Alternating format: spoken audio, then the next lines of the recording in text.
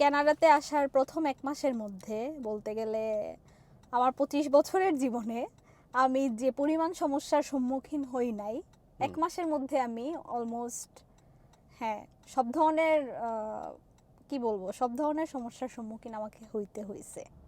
As a মেয়ে মানুষ আপনি এখানে আসছেন, এখানে কি মেয়ে হিসেবে আলাদা কোনো চ্যালেঞ্জ ফেস করেছেন বা ছেলে মেয়ের কোনো ডিসক্রিমিনেশনের ব্যাপারে এখানে আছে? তবে আর এখানকার একটা জিনিস আমার ভালো লাগে, খুবই ভালো লাগে, সেটা হচ্ছে আপনার ওই যে তো সেই ক্ষেত্রে এখানে আমি বলবো আমার পারসেপশন থেকে যে এখানে যেই কাজ হোক না কেন কষ্ট, মানে র্যাপিডলি চেঞ্জ হয়। আপনার সাথে কি হবে এখন যা হচ্ছে এরপরে কি হবে মানে আপনি কিছুই জানেন না। এটা যে কোনো জায়গার জন্যই প্রযোজ্য, কিন্তু এখানে হচ্ছে আপনাকে অনেক হিসাব করতে হবে। যেমন লাইক আপনাকে ডিপোর্ট করতে তারা হচ্ছে চিন্তা করবে না। আমি তুহিন, সবাইকে আমন্ত্রণ জানাচ্ছি আজকের ভিডিওতে। আজকের ভিডিওতে আমার সাথে আছে আমারই বাংলাদেশের ছোট বোন, এবং এখানে একই স্কুলে আমরা পড়ি সেই ছোট বোন তমা। পুরোপুরি পরিচয় তার থেকেই নিব আমরা। তো তোমাকে আমি আসলে আমাদের সময় হচ্ছিল না, অনেক দিন ধরে ইন্টারভিউ নেওয়ার কথা ছিল ওর সাথে আমার, কিন্তু হচ্ছিল না। তো আজকে যেভাবেই হোক ম্যানেজ হয়ে গেছে, তো ওর ইন্টারভিউ নিব। আমি আসলে আমরা এক জায়গায় একটু যাচ্ছি, যেতে যেতেই কথা বলবো যেন সময়টা বাঁচে, এখানে সময় বাঁচানোটা খুব জরুরি। তো যাই হোক, তমা আমাদেরকে তার এখানের জীবনের চ্যালেঞ্জগুলো এবং কী কী সে ভালো দিকগুলো বা খারাপ দিকগুলো কী কী সে ফেস করছে সেইগুলো আমরা তার থেকে শুনবো, এবং তার ভবিষ্যৎ পরিকল্পনাও হয়তো বা সে আমাদের সাথে যদি শেয়ার করে আমরা শুনবো, এবং এখান থেকে আপনারা হয়তো বা কোনো অনুপ্রেরণা পেতে পারেন, এবং খুবই ইন্টারেস্টিং জিনিস হয়তো বা আমরা শুনতে যাচ্ছি, আপনারা শুনতে পাবেন। তো চলুন আমরা প্রথমে আসলে তোমার পরিচয়টা জানি। তোমা আপু, আপনার পরিচয়টা একটু দেন আমাদের দর্শকদের উদ্দেশ্যে। আচ্ছা, তো আমার পুরো নাম হচ্ছে জয়িতা দে তমা। আমি হচ্ছে বাংলাদেশ থেকে এসেছি, তো ভাইয়া তো অলরেডি এটা বলেই দিছে। তো আমি বাংলাদেশ সিলেট থেকে এসেছি। তো আমি কানাডায় আছি হচ্ছে 2023-এ এসেছি, এখন চলতেছে 2025। তো অলমোস্ট 2 বছর হয়ে যাচ্ছে আমি কানাডায় আছি। তো আমি বিসিআইটিতে আছি, আমরা একই সাথে পড়ালেখা করতেছি। তো হোপসো এই বছর শেষ হয়ে যাবে আর কি পড়ালেখা। বিসিআইটিতে 2 বছরের একটা কোর্সে আসছিলাম আমরা, তো এখনও চলতেছে, আশা করি শেষ হয়ে যাবে এই বছর ডিসেম্বরে আমার। আচ্ছা, তাহলে আপনি কানাডাতে প্রায় 2 বছর? হ্যাঁ, প্রায় 2 বছর হয়ে যাবে, এই বছর সেপ্টেম্বরে 2 বছর হবে আমার। আচ্ছা আচ্ছা, 2.5 বছর বলা যায়। হ্যাঁ। আচ্ছা, কানাডাতে যে আসলেন, এটা আপনার কি পুরোপুরি স্বপ্ন ছিল কানাডাতে আসার, নাকি হচ্ছে আপনার হঠাৎ করে হয়ে গেছে, কোনটা? হ্যাঁ, এটা আমার স্বপ্ন ছিল, বাইরে আসা হচ্ছে আমার স্বপ্ন ছিল, এবং আমার টার্গেট ছিল ইউএসএ অথবা কানাডা। তো অ্যাপ্লাই করার পরেও হচ্ছে আমি একদমই আশাবাদী ছিলাম না। তো আপনি পরে যেটা বললেন যে হঠাৎ করে হয়ে গেছে, হ্যাঁ, অ্যাপ্লাই করাটা আমার প্ল্যান ছিল, আমি প্ল্যান অনুযায়ী অ্যাপ্লাই করছি। বাট করার পরেও তো আমি বললাম যে আমার আসলে আশা ছিল না যে আমার হবে, বাট হয়ে গেছে আর কি। আমি খুব কম সময় পাইছি আসলে আসার আগে, কারণ অ্যাপ্লাই করার পরে আমি ধরে নিছিলাম মনে হয় আমার প্রথমবারে হবে না, আমাকে মনে হয় আবার অ্যাপ্লাই করতে হবে। তো সামহাও হঠাৎ করেই হয়ে গেছে আমার। আচ্ছা, যাই হোক, আপনার কপাল ভালো। তো এই কপাল আসলে ভালো ভালো, কপাল ভালো। তো বিষয় সেটা না তমাপু, বিষয়টা হচ্ছে কানাডাতে আসলেন আপনি, পড়াশোনা করতেই আসলেন স্টুডেন্ট হিসাবে, এতদিন হলো। তো কানাডাতে আসার পরে কি শখ হয়েছেন, না কানাডাতে আসার পরে খুব ভালো লেগেছে, আসছি খুব মজা খুব আনন্দ, কোনটা? এই প্রশ্নের উত্তরে আমি বলবো হচ্ছে এখনো পর্যন্ত শোকই হচ্ছি খালি। তাই? হ্যাঁ, এখনো পর্যন্ত শোকই হচ্ছি। এই 2 বছর যাবত আমার মনে হচ্ছে আমি শোকের উপরেই আছি, এটাই বলবো। আচ্ছা আচ্ছা। এখন খুবই যে খারাপ তা তো বলবো না, খুব খারাপ হইলে তো সারভাইভ করতে পারতাম না। হ্যাঁ, তো সবকিছুরই ভালো খারাপ দুইটাই আছে। তাহলে পরিস্থিতি ইমপ্রুভ হচ্ছে বলা যায়। হ্যাঁ, এখন বলা যায়। আচ্ছা, কানাডাতে আসার পরে প্রথম দিকে কি কি সমস্যার সম্মুখীন হয়েছেন যেগুলো আসলে আপনার কাছে খুব চ্যালেঞ্জ মনে হয়েছে? কানাডাতে আসার প্রথম 1 মাসের মধ্যে বলতে গেলে আমার 25 বছরের জীবনে আমি যে পরিমাণ সমস্যার সম্মুখীন হই নাই, 1 মাসের মধ্যে আমি অলমোস্ট, হ্যাঁ, সব ধরনের কি বলবো, সব ধরনের সমস্যার সম্মুখীন আমাকে হইতে হয়েছে, এটা বলবো। এক্সপিরিয়েন্স হয়েছে এবং প্রতিনিয়ত শিখছি, ইভেন এখনো শিখতেছি জাস্ট। আচ্ছা তো আচ্ছা। এখানে সমস্যার আসলে শেষ নাই। সেটাই, এখন কি ধরনের সমস্যা যদি আপনি স্টেপে স্টেপে বলতে বলেন তাহলে আমি বলতে পারি। আপনি দুই একটা শেয়ার করলে ভালো হয় যে কি সমস্যা। আচ্ছা, তো প্রথমে এখানে আসার পরে তো হচ্ছে বাসা বা এই দিক থেকে আমি এখনো পর্যন্ত কোনো প্রবলেম ফেস করি নাই। It's very true. মানুষ বাসা বাড়ির ক্ষেত্রে দেখা যায় যে বাংলাদেশ থেকে অনেকেই এয়ারবিএনবিতে আসে, অথবা অনেকেই বাসা ওখান থেকে ফিক্সড করে আসে, কিন্তু আসার পরে দেখা যায় অনেক ডিফিকাল্টিস ক্রিয়েট হয়।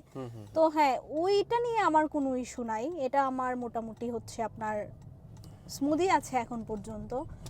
বাট এখানে আসার পরে প্রথম যে সমস্যার সম্মুখীন হয়েছি সেটা হচ্ছে খুব বেশি আর কি, সেটা হচ্ছে জব। আমি যখন আসছি তখন খুবই বেশি জব ক্রাইসিস ছিল আসলে।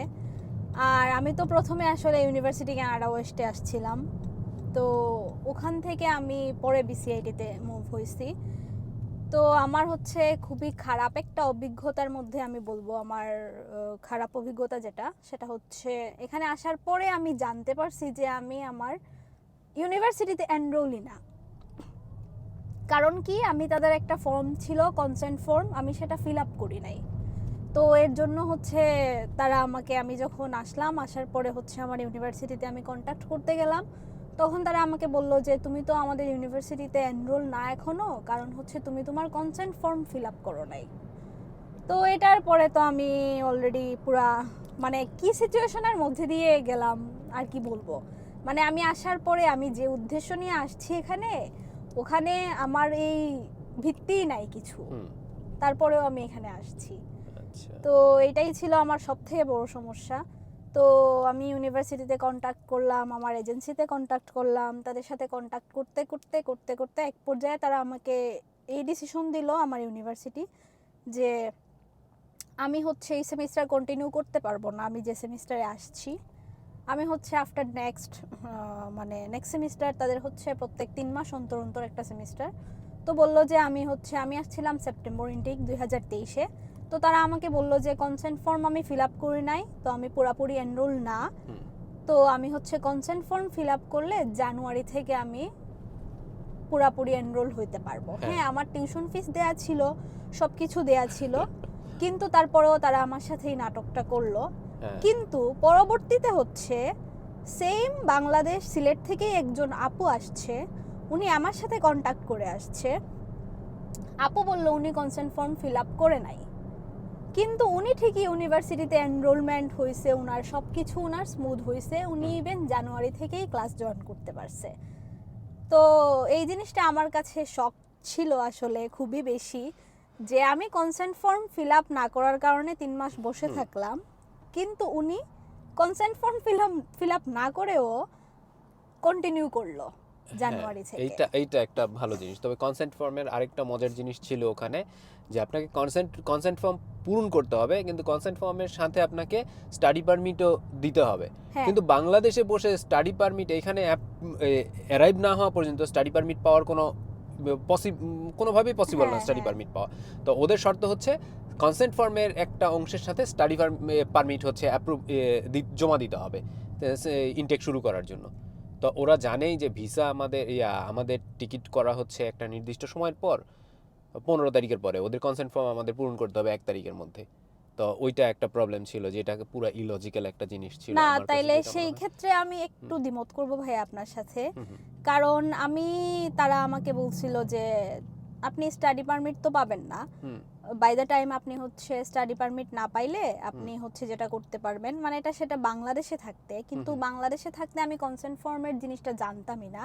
ইভেন আমি যে এজেন্সির থ্রুতে কাজ করছি, তারা আমাকে বলছে যে আপনার সবকিছুই হয়ে গেছে, তো একটা ফর্ম আছে, কনসেন্ট ফর্ম, তারা আমাকে অবগত করছে হুম যে তারা এটা করে দিছে। হুম হুম তো এটার জন্য স্টাডি পারমিট চাই ইউনিভার্সিটি।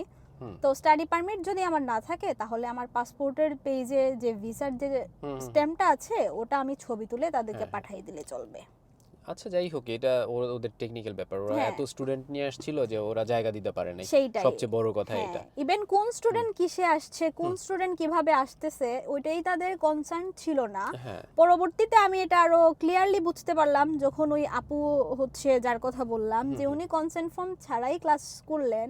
মানে তাদের এইটাও খেয়াল নাই এত স্টুডেন্ট তারা নিয়ে আসছে যে কে হুম ফিল আপ করছে কে করে নাই।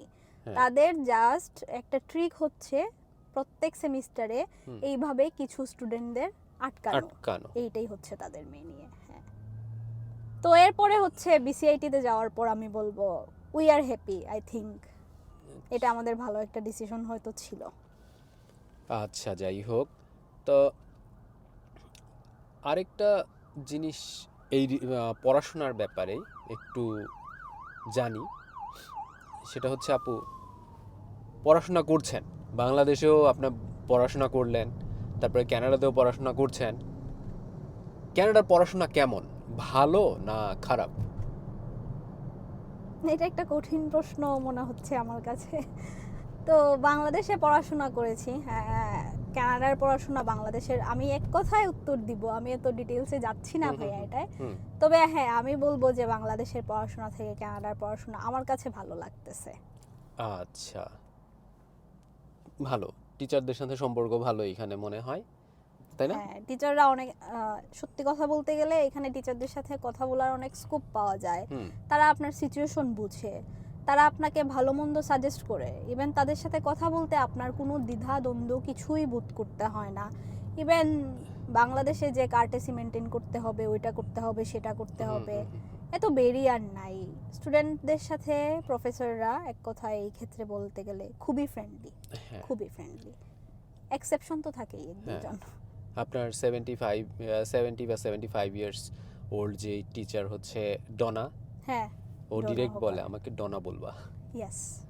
ইভেন সেটাও বলে দেয় যে তোমরা আমাকে হোয়াটসঅ্যাপে মেল করার দরকার নাই, হোয়াটসঅ্যাপে নর্মাল ফর্মাল মেসেজ করবা, আমি হোয়াটসঅ্যাপে দ্রুত রিপ্লাই করব।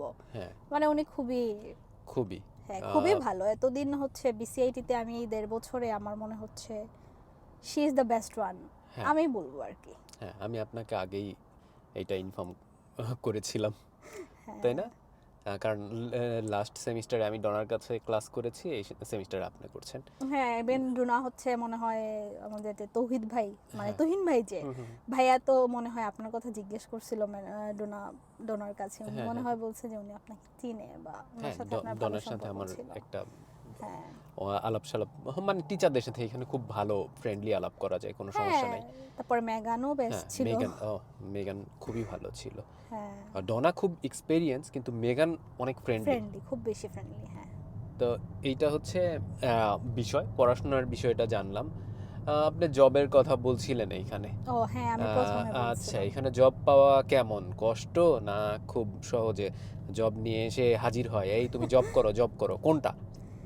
এখানে ভাইয়া আমি বলবো জব পাইতে গেলে আপনাকে ফুল ডেডিকেশন থাকতে হবে যে আমাকে চাকরি করতে হবে, আমাকে চাকরি পাইতেই হবে। হুম হুম হুম। ইভেন হচ্ছে আপনাকে হচ্ছে ওই যে নাক তুললে চলবে না যে না আমি এই জব করব না, সেই জব করব, সেই জব করব না, এই জব করব, মানে এই ধরনের কোনো আচ্ছা কিছু আচ্ছা। আপনার মধ্যে থাকা যাবে না ফার্স্ট অফ অল। আর সেকেন্ডলি হচ্ছে মানে আপনাকে প্রচুর কষ্ট করতে হবে এখানে একটা চাকরি পাইতে গেলে। কানাডায় আসার পরে আমার ওই সমস্যার পরে হচ্ছে আমি দ্বিতীয়বার যদি কোনো সমস্যা বলি তাহলে সেটা অফকোর্স জব রিলেটেড। এখানে এখানে ভাইয়া জব পাইতে অনেক বেশি হ্যাসেল করতে হয়, অনেক বেশি। আচ্ছা আচ্ছা। সেটাই, হ্যাঁ, এটা সত্যি কথা। আবার 2 দিন পরে বলে যে তোমার জব নাই। আপনার এটার ক্ষেত্রে কোনো এটা সিওরিটি হয়েছে, নাই তাই আমার না? ক্ষেত্রে। হ্যাঁ, আমাকে হচ্ছে শিফট শুরু করার হচ্ছে জাস্ট 5 মিনিট আগে আমাকে ইনফর্ম করা হয়েছে যে আমাকে লে অফ করা হয়েছে এই বছর জানুয়ারিতে, 2025-এর একদম শুরুতে। হুম। তো এটা আমার জন্য আরেকটা শকিং ছিল, ওই যে বললাম না শকের ওপর শক হ্যাঁ, আসলে। শখের উপরে শখ। হ্যাঁ, কারণ হঠাৎ করে আপনার জব আছে, হঠাৎ করেই যা 5 মিনিট পরে জানলেন নাই, এটা কেমন একটা জিনিস। সেটাই, আমি হচ্ছে কাজে গিয়ে হচ্ছে মানে আমি আমার টি শার্ট পরে ফেলছি, হুম, মানে আমি আমার কাজের গেট আপ নিয়ে নিছি। ইভেন হচ্ছে আমি শুরু করব আমার কাজ, তখন আমাকে আইসা বলা হচ্ছে যে আমাদের তো কন্ট্রাক্ট শেষ, তো তোমাকে হচ্ছে আজকে থেকে আমরা লে অফ করে দেব, মানে জানুয়ারির 2025 জানুয়ারির 1 তারিখ থেকে তোমাকে আর আসতে হবে না। তো এটা আগে থেকে ইনফর্ম করলেই তো হই। 31 ডিসেম্বর বিকালে আমাকে বলা হয়েছে এটা। হুম, এখানে চাকরির কোনো সিওরিটি নাই, আচ্ছা, আপনাকে হঠাৎ করে যাওয়ার পরেও বলতে পারে যে আমার তোমাকে লাগবে তুমি না, বাদ। তুমি বাদ। আচ্ছা, তাহলে জব পাওয়াটা এখানে মোটামুটি কঠিন, তাই না? অনেক বেশি কঠিন, অনেক বেশি কঠিন। আচ্ছা, তো এইখানে জব, যেহেতু জবের কথা আমরা বলছি, আরেকটা জিনিস জব রিলেটেড জানাই দরকার। সেটা হচ্ছে যে জব করলে এইখানে আর্নিং, মানে কেমন আর্ন করা যায়, আর এই আর্নিং দিয়ে কি আসলে নিজের খরচ টরচ মেটানো যায় এখানে অ্যাজ এ স্টুডেন্ট হিসাবে? এজ এ আপনার আইডিয়া থেকে বলবেন। আচ্ছা, এজ এ স্টুডেন্ট হিসাবে বলতে গেলে হচ্ছে আপনার যদি ব্যাক হোম থেকে আপনার টিউশন ফির সাপোর্টটা ফুল থাকে, হুম, আপনার যদি টিউশন ফি নিয়ে আপনার কোনো প্রবলেম থাকে না, আপনার হুম। ব্যাক হোম যদি আপনাকে এই সাপোর্টটা 100% এনশিওর করে, হুম, তাইলে সেই ক্ষেত্রে হ্যাঁ, আপনি হচ্ছে এখানে যে জব করবেন, আমাদের স্টুডেন্টদের জন্য তো হচ্ছে এভরি উইক 24 আওয়ার। হুম, সো আমার মনে হচ্ছে এভরি উইকে যদি আপনি 24 আওয়ার জব করতে পারেন, তাইলে এক্স্যাক্ট 24 আওয়ার যদি আপনি জব করতে পারেন প্রত্যেক সপ্তাহে, হুম। তাইলে হ্যাঁ, আপনার পক্ষে সম্ভব আপনার চাহিদা মেটানো, আপনি আপনাকে চালানো এখানে, সেটাই। আচ্ছা, কিছু সেভ টেপ করা যায় কি? সেভ কিভাবে করবেন? 24 ঘন্টা তো আপনি প্রত্যেক সপ্তাহে পাচ্ছেনই না, তাইলে কেমনে করবেন? যদি, আমি তো আগেই বলেছি যে যদি আপনি প্রত্যেক সপ্তাহে 24 আওয়ার জব করতে হুম, পারতেন, তো এখানে ভাইয়া হচ্ছে কি 24 আওয়ার তো সব সময় হয় না। এখন সামারে আমি যেহেতু রেস্টুরেন্টে কাজ করতেছি, হুম, হুম, হুম, তো এখন সামারে 24 আওয়ার হচ্ছে আমাদের জন্য আমরা পুরোটাই পাচ্ছি, কারণ হুম, হুম, সামার টাইম তো। কিন্তু উইন্টারে খুবই স্লো থাকে এখানে সব কিছুই। তাও ভ্যানকুভারে বলবো তুলনামূলক অন্যান্য জায়গা থেকে হয়তো একটু ভালো ওয়েদারের কারণে একটু ভালো ইয়ে থাকে, তারপরেও 24 আওয়ার পাওয়াটা একটু কষ্ট। তো আসলে সেভিংস বলতে কিছু হয় না, একদমই হয় না। আচ্ছা। তো আপনি যা পান হচ্ছে মানে ওই চলে যাওয়ার মতো যেটা হুম, আর কি, হুম, হুম, সেইটাই। হুম, হুম। তো কেউ যদি ফুল টাইম জব করে, সেই ক্ষেত্রে কিছুটা সেভিংস হইতে পারে নাকি? আশা করা যায়। আচ্ছা। আর স্টুডেন্টরা, বিশেষ করে আপনি বিসিআইটিতে পড়েন, আপনার মনে হয় যে 2 মাস 3 মাস অফ থাকে, এটা ম্যান্ডেটরি প্রত্যেক হ্যাঁ, হ্যাঁ, ইয়ারে। তখন ফুল টাইম কাজ করতে পারেন, হ্যাঁ, তাই না? হ্যাঁ, এই যে এই বছর জুলাই আগস্ট হচ্ছে 2 মাস, তো বিসিআইটিতে আচ্ছা। তো হচ্ছে সামারে 2 মাস, উইন্টার হ্যাঁ, 1 মাস হ্যাঁ, বন্ধ। হ্যাঁ, হ্যাঁ। হ্যাঁ। আর আরেকটা জিনিস, আপনি মেয়ে মানুষ। অ্যাজ এ মেয়ে মানুষ আপনি এখানে আসছেন, এখানে কি মেয়ে হিসেবে আলাদা কোনো চ্যালেঞ্জ ফেস করেছেন? বা ছেলে মেয়ের কোনো ডিসক্রিমিনেশনের ব্যাপারে এখানে আছে? এটা ভালো প্রশ্ন। তো এই ক্ষেত্রে আমি বলবো না। এখানে আমি এখনো পর্যন্ত এই দিক থেকে 100% বলতে পারি যে না, নাই। আমি পাই নাই এখনো আসলে। আচ্ছা। আমি অন্যদের কথা বলতে পারবো না। হুম, বাট হুম, আমার দিক থেকে বলতে গেলে, আমার পারসেপশন থেকে আমি বলবো যে না, এখানে এখনো পর্যন্ত আমি দেখি নাই কোনো ডিসক্রিমিনেশন। ইভেন সেফটি নিয়ে কোনো চ্যালেঞ্জ, কোনো আচ্ছা, কিছু আচ্ছা। আমার সাথে আসলে ওরকম কিছু আমি ফেস করি নাই, বা আমার সারাউন্ডিংয়ে কারোর থেকে আমি শুনিও নাই। হুম, হুম, হুম। তাহলে আপনি মেয়ে হিসাবে নিজেকে সেফ মনে করেন এখানে? আমি মনে করি। আচ্ছা। যত রাতেই বের হন বাইরে, কোনো প্রবলেম নাই? না, আমি তো হচ্ছে প্রথম যে জব পাইছি, হ্যাঁ। আমি অলমোস্ট বাসায় আসতাম রাতে 1:30, 1টা, 1:30। হুম, আমি হুম, পাবলিক ট্রানজিটে যাতায়াত করতাম। হুম, হুম, হুম। আমি কখনো কোনোদিন কোনো চ্যালেঞ্জ সত্যি বলতে ফেস করি নাই, আচ্ছা, আচ্ছা। এখনো করছি না। আচ্ছা, এটা খুব ভালো সেটাই। জিনিস। তাহলে আমরা এটা খুব পজিটিভলি, হ্যাঁ, পজিটিভ জিনিস একটা কানাডার বলতে পারি যে এখানে অবশ্যই। মেয়েরা যত রাতেই বাইরে বের হোক, কোনো প্রবলেম নাই, সেফ। হ্যাঁ, ইভেন হচ্ছে আপনার পেছনে কোনো ছিনতাইকারীও তারা করতেছে না, হুম, মানে হুম, আমি হুম। পাই নাই, এটা না, বলবো আর এখানে কি। এই ইনসিডেন্ট হ্যাঁ, খুবই খুবই খুবই রেয়ার, রেয়ার আর কি। রেয়ার। যে ইভেন আপনি হচ্ছে আপনার, আমার তো একটা খুবই বাজে স্বভাব আছে, হচ্ছে আমি একটু ক্লামজি, হুম, হুম, মানে আমি আমার হচ্ছে খুব হেয়ার অ্যান্ড দেয়ার আর কি, আমার হুম, জিনিসপত্র ওখানে সেখানে মাঝে মধ্যে ফেলে রেখে আমি হুম, আসলে চলে আসি, আমার হুম, মনে থাকে না। হুম, হুম, তো দেখা যায় যে না, আমি হচ্ছে জিনিস পাই। যেমন আমি গত কিছুদিন আগে হচ্ছে আপনার আমার ক্রেডিট কার্ড আমার কাজের ওখানে ফেলে রেখে চলে আসছিলাম। তো আমি হচ্ছে বের হয়ে বাসে উঠে যাব, বাই দ্য টাইম হচ্ছে আমি ব্যাগ থেকে কম্পাস কার্ড বের করব, মানে এখানে ট্রানজিটে আমরা যে কার্ডটা ইউজ করি সেটাকে কম্পাস কার্ডই বলা হয়। তো কম্পাস কার্ডটা আমি বের করব ব্যাগ থেকে, তখন আমি খেয়াল করলাম যে না, আমার ক্রেডিট কার্ডটা তো আমার ব্যাগের মধ্যে নেই। তো আমি আবার গেলাম ঘুরে। তো যাওয়ার পরে হচ্ছে আমার ম্যানেজার আমাকে বলতেছে যে তুমি তোমার কার্ড টেবিলের ওপর রেখে গেছো, তোমার কার্ড আমার কাছে আছে, তো নিয়ে যাও। আচ্ছা তো আচ্ছা। এই আর কি। তো এর মধ্যে তো অনেক মানুষজন আসা যাওয়া অবশ্যই করছে, কোনো ঝামেলা হয় নাই। ইভেন হচ্ছে একদিন আপনাদেরকে মনে হয় আমি এটা বলছিলাম কিনা না, আমার ব্যাগ থেকে সব কার্ড পড়ে গেছিল, আমার ব্যাগের চেইন খোলা ছিল। আচ্ছা আচ্ছা। তো আমি অলমোস্ট 15 থেকে 20 মিনিট পরে ঘুরে এসে দেখছি যে না, সেম জায়গায় আমার ওয়ালমার্টের ক্রেডিট কার্ড, আমার ব্যাংকের ক্রেডিট কার্ড, আমার মানে আমি পেয়ে গেছি আচ্ছা সব আচ্ছা। কিছুই। জাস্ট আমার এমএসপিটা মিসিং ছিল, মেডিকেল ইন্স্যুরেন্সটা। ওইটা হচ্ছে আমি মনে হয়, মানে এটা এমনও হইতে পারে যে অন্য কোথাও ফেলছি বা কিছু একটা। তো এই ক্ষেত্রে সেফ আমি বলবো। আচ্ছা, এখানে মানে সাধারণত ওইভাবে কিছু হয় না, তবে ডাউন টাউনের দিকে একটু সাইকেল টাইকেল চুরি হয়, ওগুলো আসলে ওই যে হোমলেস যারা এরা হোমলেসরা, করে। হ্যাঁ। কিন্তু এখানে সাধারণত অন্যান্য জিনিস অত বেশি হয় না, যেটা আপনার মতে। এবং আমিও দ্বিমত পোষণ করব না, আমিও আপনার সাথে সহমত পোষণ করব। তো আহ, মেয়েদের জন্য কানাডা সেফ, বা সবার Definitely. জন্য কানাডা সেফ। কানাডাতে যা ইনকাম করবেন তাতে মোটামুটি চলা যায়, যদিও এক্সপেন্সটা বেশি, নাকি? হ্যাঁ, আপনি আমার মনে হয় আপনি যদি ফুল টাইম কোনো কাজ করেন, হুম হুম হুম বা অনেকে তো হচ্ছে আপনার ডোর ড্যাশ ডেলিভারি, স্কিপ টিপ এগুলা করে থাকেন, উবার। হুম তো ওগুলাতে আমার মনে হচ্ছে যারা ফুল টাইম কাজ করেন পাশাপাশি এগুলো করেন, বা যারা স্টুডেন্ট পার্ট টাইম কাজ করে পাশাপাশি এগুলো করে, হুম। হ্যাঁ তাদের ক্ষেত্রে আমার মনে হয় চলে যাওয়াটা খুব পসিবল আর কি, মানে সমস্যা হওয়ার কথা আচ্ছা না। আচ্ছা। তবে আর এখানকার একটা জিনিস আমার ভালো লাগে, হুম, খুবই ভালো লাগে, সেটা হচ্ছে আপনার ওই যে আপনি কি কাজ করতেছেন কি করতেছেন না এটা নিয়ে কারো কোনো মাথা ব্যথা নাই। আচ্ছা। আপনার যা ইচ্ছা, মানে আপনি যদি কাজ পান তাহলে হ্যাঁ, হচ্ছে আপনি যদি ভালো করে করতে পারেন, হ্যাঁ। হয়তো এটা আপনার জন্য, মানে আপনি কি কাজ করতেছেন বা কি করতেছেন না এটা কেউ দেখতেছে না। আচ্ছা। তো বাংলাদেশে যেমন আর কি, যে তুমি এত পড়ালেখা করে রেস্টুরেন্টে জব করতেছো বা হ্যান ত্যান কিছু ব্যারিয়ার্স আছে, হ্যাঁ হ্যাঁ। এখানে এই জিনিসগুলো নাই। মানে তো এই ক্ষেত্রে কাজের উপরে সোশ্যাল ক্লাস নির্ভর করে না, যেটা কিছুই আমাদের না। দেশে খুব এক্স্যাক্টলি। ভালোভাবে ফলো করা হয়, যে তুমি কি হ্যাঁ। কাজ করো, ও তুমি এটা করো, আচ্ছা তুমি তাহলে তোমার তো সম্মান কম, তোমার সম্মান বেশি, এরকম বিষয় যেটা কাজ করে। হ্যাঁ। এখানে ওই জিনিস নাই, তাই না? না, এখানে দেখবেন আপনি রেস্টুরেন্টে কাজ করতেছেন, আপনার সাথে আপনার ম্যানেজারও একই কাজ আপনার সাথেই করতেছে। হুম হুম হুম হুম। সে ম্যানেজার হইলে কি হয়েছে, তার এই ক্ষেত্রে কোনো, মানে সে কেন, আমি ম্যানেজার হয়ে আমি কেন সেই কাজ করব ওই কাজ হুম হুম করব, হুম হুম হুম। মানে তাদের কোনো এই ক্ষেত্রে ইয়ে নাই। যে আচ্ছা যা আচ্ছা। পারছে তাই করছে।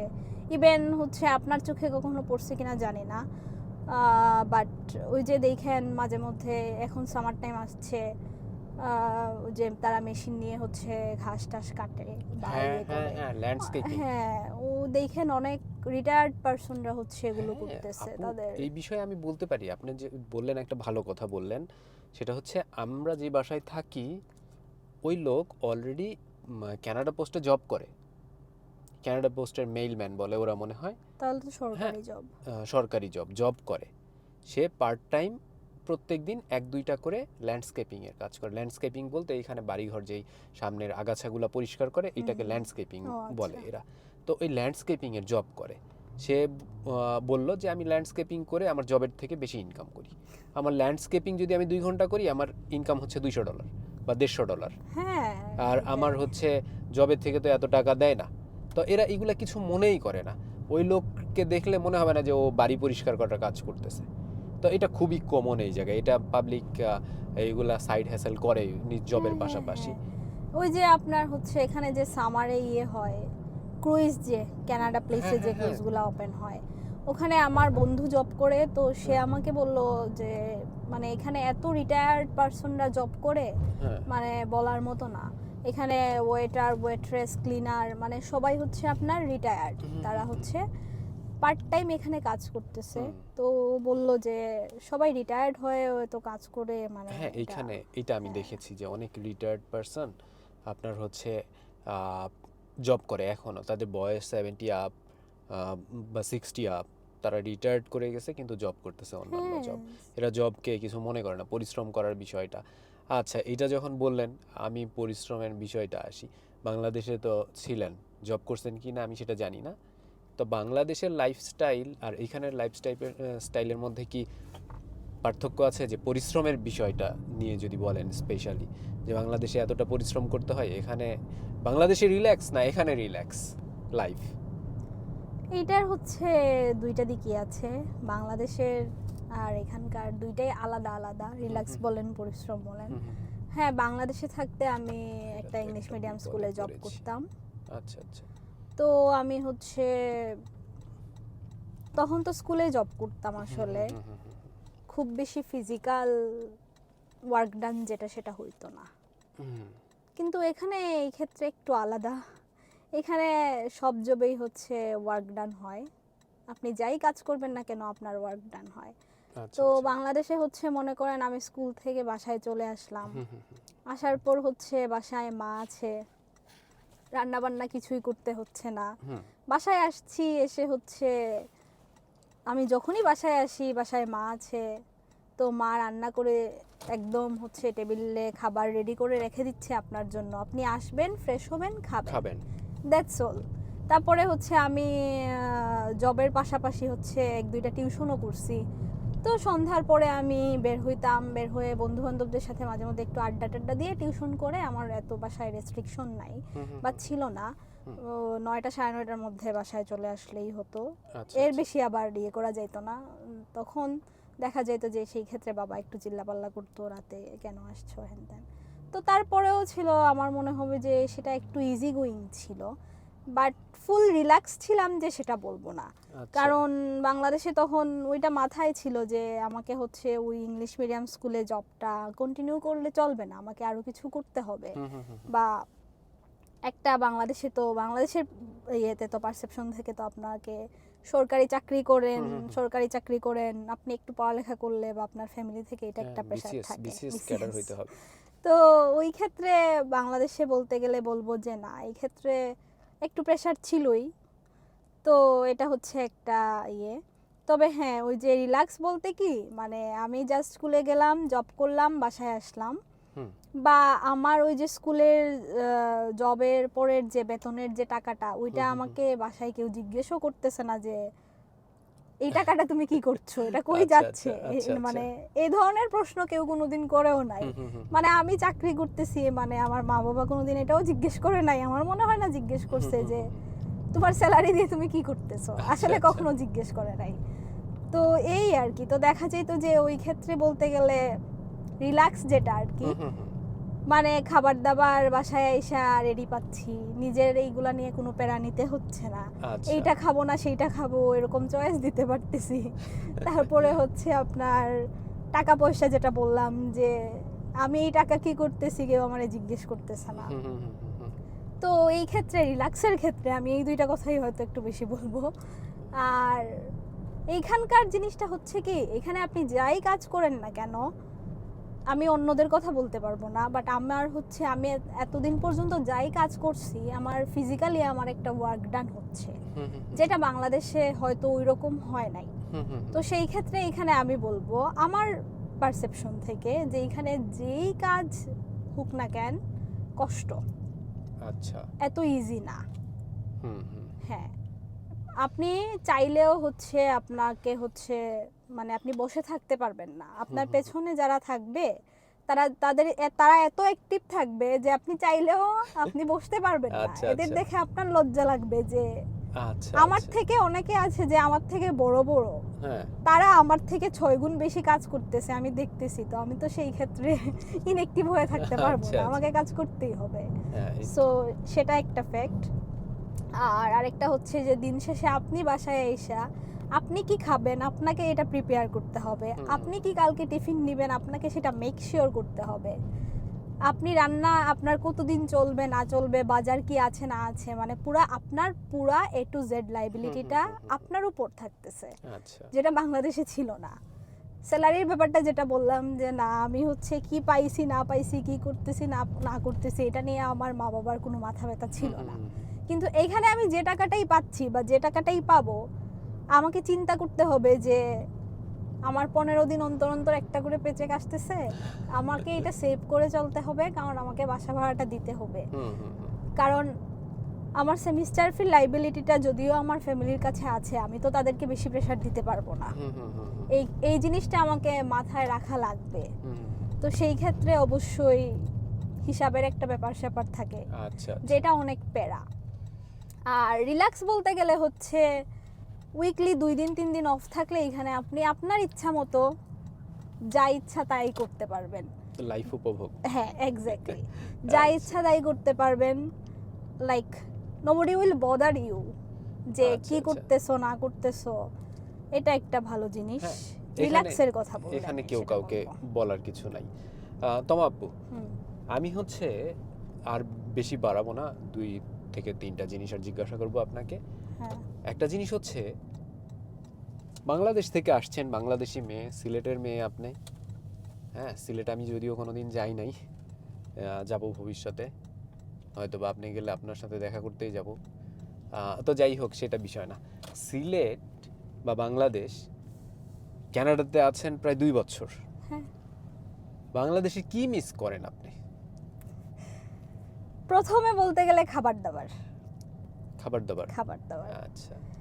তারপরে হচ্ছে খাবার দাবার বেশি মিস করি, কারণ দেখা যায় যে ওই দিন শেষে কাজ করে আপনি হচ্ছে নিজে রান্না করে কতটুকু আর কি খাইলেন, বা যাই হোক মনে হয় আচ্ছা খেয়ে ফেলি কিছু একটা, আচ্ছা আচ্ছা, এই আর কি।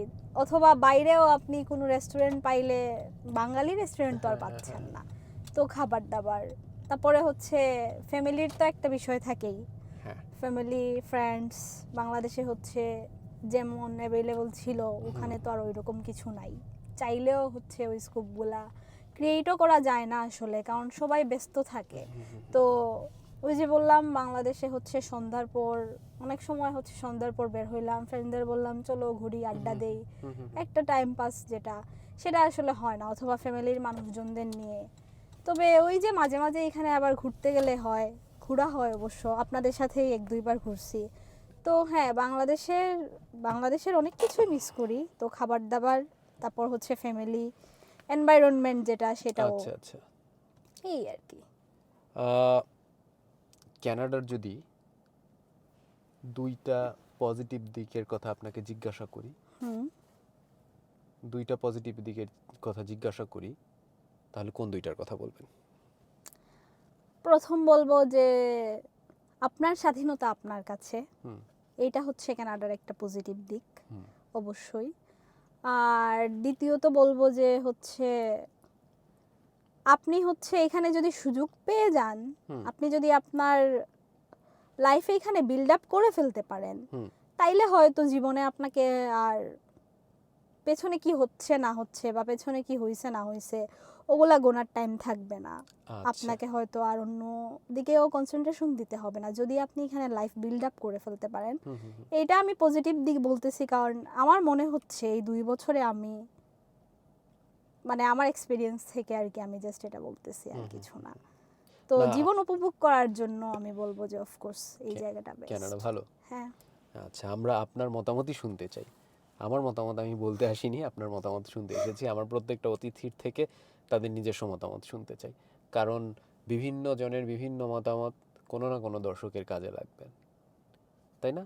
অবশ্যই। আচ্ছা, তবে লাইফে এখানে ইজি গোয়িং না, এটাও বলবো, হার্ড, অনেক বেশি হার্ড। আপনাকে হচ্ছে স্ট্রং থাকতে হবে। আচ্ছা, যারা আসবেন ওনারা এই কথা চিন্তা করেই আসবেন যে এখানে আমাকে আসলে হ্যাঁ, ওইভাবেই মাইন্ডসেট করে আসা দরকার। আসতে হবে। তো এই কথাই যখন বলছি, যারা আসবেন কোথাও না কোথাও থেকে, হয়তো বা আমাদের ভিডিও দেখছেন, এরকম কেউ যদি আসেন, তাহলে তাদের উদ্দেশ্যে যদি 3টা ছোট্ট করে 3টা পরামর্শ দিবেন, এই 3টা তাদের করা উচিত, বা 3টা স্কিল তাদের শিখে আসা উচিত, বা এরকম কিছু আসার আগে এটাই তো বলছি। হ্যাঁ হ্যাঁ, এখানে আসলে কোন 3টা জিনিস তাদের শিখে আসা উচিত, কোন 3টা পরামর্শ তাদের আপনি দিতে চান? আচ্ছা, তো প্রথমত হচ্ছে তারা স্কিলের অনেক দাম দেয় আমার মনে হয়।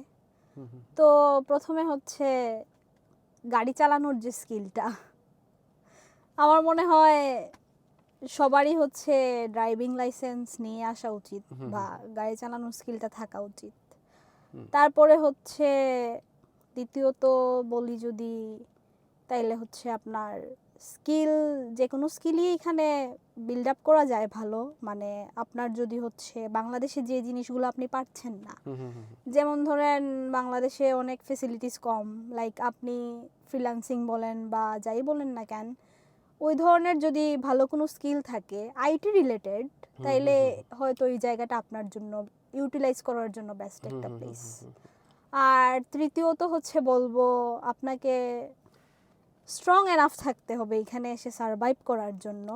আচ্ছা অ্যাটলিস্ট হচ্ছে ফিনান্সিয়ালি নিজেকে বাংলাদেশ থেকে এমটি করে আসা এখানে উচিত না, আচ্ছা এটা আমার মনে হয় আর কি। তো হ্যাঁ, আপনাকে হচ্ছে কিছুটাও ব্যাকবোন স্ট্রং করে এখানে আসা উচিত, যে আমাকে যাতে একটু ফিনান্সিয়াল হেল্প আমার ফ্যামিলি থেকে আমি পাই, অথবা কেউ আমাকে থাকে ওই রকম যে আমাকে একটু ফাইনান্সিয়ালি সাপোর্ট করতে পারে এই হুম জায়গায়। হুম, তো সেইটাই আর কি। আর অফকোর্স স্ট্রং থাকতে হবে, নিজেকে স্ট্রং রাখতে হবে এখানে এসে আচ্ছা সারভাইভ আচ্ছা করার জন্য, আচ্ছা, ছেলে অথবা মেয়ে বলেন, কারণ সিচুয়েশন হচ্ছে এখানে মানে র্যাপিডলি চেঞ্জ হয়। র্যাপিডলি চেঞ্জ হয়। আপনার সাথে কি হবে এখন, যা হচ্ছে এরপরে কি হবে, মানে আপনি কিছুই জানেন না। হুম হুম, এটা যে কোনো জায়গার জন্যই প্রযোজ্য, কিন্তু এখানে হচ্ছে আপনাকে অনেক অনেক হিসাব করতে হবে। যেমন লাইক আপনাকে ডিপোর্ট করতে তারা হচ্ছে চিন্তা করবে না, সো এই ক্ষেত্রে আচ্ছা আচ্ছা আপনার কান খাড়া রাখা উচিত, আচ্ছা এই আর আচ্ছা, কি। যাই হোক তমাপু, আপনি খুব ভালো পরামর্শ দিলেন, আশা করি কারো না কারো কাজে লাগবে। আহ, একটা বিষয়, সেটা হচ্ছে খুব সিলি কোয়েশ্চেন, বাট আমি করি মাঝে মাঝে, মাঝে মাঝে না, সবাইকেই মোটামুটি করি। আপনি কি কানাডায় থাকতে চান না চান না? টু বি অনেস্ট আমি থাকতে চাই, তারা যদি আমাকে সুযোগ করে দেয়, কারণ আচ্ছা এখানে peer is getting hard day by day. So জানি না ফিউচারে কি হবে, বাট সুযোগ পাইলে আমি হ্যাঁ এখানে থাকতে চাই, সেটাই আচ্ছা, বলবো। আপনাকে সৃষ্টিকর্তা সুযোগ করে দিন, এটাই হচ্ছে প্রার্থনা। আরেকটা জিনিস, শেষ, হ্যাঁ হ্যাঁ, শেষ হইয়াও হইল না শেষ, সেই রকম শেষ, আপনি 5 বছর পরে নিজেকে কোথায় দেখতে চান? এটা হচ্ছে আসলে আমার ওইরকম ফিক্স কোনো এইম নাই। আমাকে হচ্ছে যেদিকে নিয়ে যাবে সৃষ্টিকর্তা আমি সেদিকেই যাব। তো এই ক্ষেত্রে আমি বলবো হ্যাঁ অবশ্যই ভালো পজিশনে কেনা দেখতে চাই। হুম তো আমি অবশ্যই আমাকে একটা ভালো পজিশনে দেখতে চাই। তো 5 বছর পরে এটাই আমি বলবো যে সৃষ্টিকর্তা আমাকে যে ওয়েতে যাওয়ার জন্য সাজেস্ট করবে বা উনি হয়তো ভালো বুঝবে। আমার নিজের কোনো এইম নাই, আমি চাইও না, কারণ আমি দেখছি আসলে আমার এইম কখনো সাকসেসফুল হয় নাই আচ্ছা অথবা আচ্ছা হয় না। তো সেই ক্ষেত্রে আমি খুব বেশি সামনে চিন্তা করি না, আমার মনে হচ্ছে প্রেজেন্টে যা হচ্ছে ওই রকমই চলতে থাকুক, চিন্তা করতে থাকি দেখি কই যাইতে পারি। তো অফকোর্স চাইবো ভালো পজিশনে যাওয়ার জন্য, অফকোর্স চাইবো মা বাবাকে কানাডায় নিয়ে এসে অ্যাটলিস্ট কানাডা দেখানোর জন্য। হুম হুম হুম, ভালো, এই মহৎ আর উদ্দেশ্য। কি। যাই হোক, আপনি এটা খুব পজিটিভ একটা জিনিস বললেন, সেটা হচ্ছে আহ, যে প্রেজেন্ট নিয়ে চিন্তা করেন। আমরা অনেকেই আমাদের বিভিন্ন ধরনের ক্যারেক্টার থাকে, কেউ ফিউচার নিয়ে খুব বেশি চিন্তা করে, কেউ পাস্ট হ্যাঁ নিয়ে খুব বেশি চিন্তা করে, কিন্তু আলটিমেট তারাই সাকসেসফুল হয় যারা প্রেজেন্ট নিয়ে অনেক বেশি চিন্তা করে, যে এখন কি করছি মনোযোগ দিয়ে করি। এইটা হচ্ছে একটা আমার আমার নিজের কাছে মনে হয়, যদি আমি প্রেজেন্ট নিয়ে চিন্তা করি না, আমি হয়তো ফিউচার নিয়ে বেশি চিন্তা করি, জানি না, এটা আমি হ্যাঁ, নিজেও, এটা যার যার হ্যাঁ যার পারসেপশন যার থেকে পারসেপশন, আলাদা। কিন্তু এইটা খুবই ভালো জিনিস যারা প্রেজেন্ট নিয়ে চিন্তা করে। আর আরেকটা জিনিস, আমরা আসলে প্রার্থনা করতেই পারি এটা আপনার ইয়াটা কবুল হোক, সেটা হচ্ছে আপনার বাবা মাকে আপনি এখানে নিয়ে এসে আহ, রাখেন অথবা ঘুরায় দেখান, আপনার এই উদ্দেশ্যটা সফল হোক। আর এই তো আপনি হচ্ছে কি জানো সিলেটি ভাষায় সিলেটি ফুরি, হ্যাঁ আহ, খুবই ভালো লাগলো আপনার ইয়া থেকে। আর সিলেট, বাংলাদেশের বিভিন্ন প্রান্তের মানুষ সাথে আমি এখানে আসলে আমরা সবাই বাঙালি, সবচেয়ে বড় জিনিস এক্স্যাক্টলি যেটা, হ্যাঁ, হ্যাঁ। মানে বাঙালি না, বাংলাদেশি হিসেবে আমরা এখানে থাকি, কে কোন অঞ্চলের না অঞ্চলের অত বেশি চিন্তা করি না। তারপরে বিভিন্ন অঞ্চলের মানুষ আমরা এখানে একত্রিত হই। তবে আমি এখানে একটা কথা বলতে চাই, এখানে আমরা সবাই বাঙালি, মানে বাংলাদেশি, এটা ঠিক। কিন্তু আমার এক্সপিরিয়েন্স থেকে ভাইয়া আমি এই জিনিসটা বলতে চাই, এখানে যারা, মানে আমি অন্যান্য কানাডার অন্যান্য জায়গার অন্যান্য বাংলাদেশি কমিউনিটির কথা আমি জানি না, আমি তাদের সাথে চলি নাই, আমি বলতে পারবো না। বাট আমি এখানে ভ্যানকুভারের বাংলাদেশি কমিউনিটির কথা বলতে গেলে আমি বলবো হ্যাঁ, আমরা এখানে সবাই বাংলাদেশি, এটা ঠিক, কিন্তু ভ্যানকুভারের বাংলাদেশি কমিউনিটি হেল্পফুল না। আমি পার্সোনালি আমার পয়েন্ট অফ ভিউটা বলতেছি, আচ্ছা, আমি আচ্ছা, জানি আচ্ছা। না এই কমিউনিটি কার জন্য কতটুকু হেল্পফুল, বাট নতুন যারা কানাডায় আসছে তাদের জন্য এই কমিউনিটি হেল্পফুল না আমার মনে হয়, সেটা পার্সোনাল, একদমই পার্সোনাল আচ্ছা, ওপিনিয়ন আচ্ছা। আমার এটা।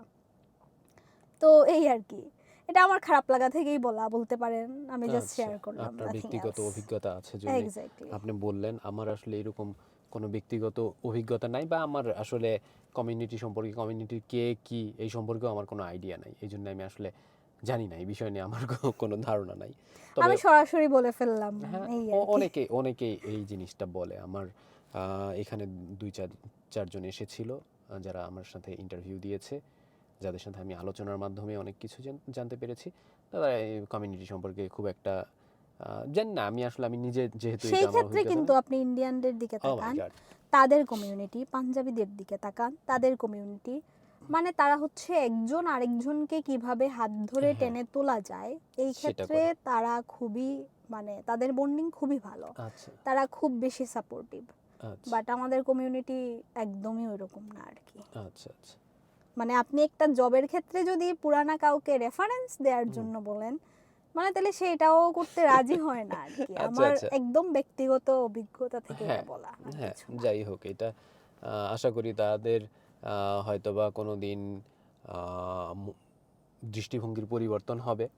তারা সামনে যারা নতুন আসবেন তাদেরকে সাদরে গ্রহণ করবেন, হেল্প করবেন। এই জিনিসটা তারা করবেন। তাদের দৃষ্টিভঙ্গির পরিবর্তন হোক। এছাড়া আমরা আসলে আর কিছু চাইতে পারি না। না, না, অবশ্যই না। সেটাই। যাই হোক, তমা আপু, অনেক ভালো লাগলো আপনার সাথে কথা বলে আজকে। ভবিষ্যতে আবার হয়তোবা কোনোদিন কোনো টপিক নিয়ে আপনার সাথে কথা বলবো। সেই পর্যন্ত এই তো, আপনাকে আ উম ধন্যবাদ সময় দেওয়ার জন্য। আর দর্শক, সবার কাছে বিদায় নিচ্ছি। সবাই ভালো থাকবেন। ভবিষ্যতে আবার দেখা হবে। টাটা।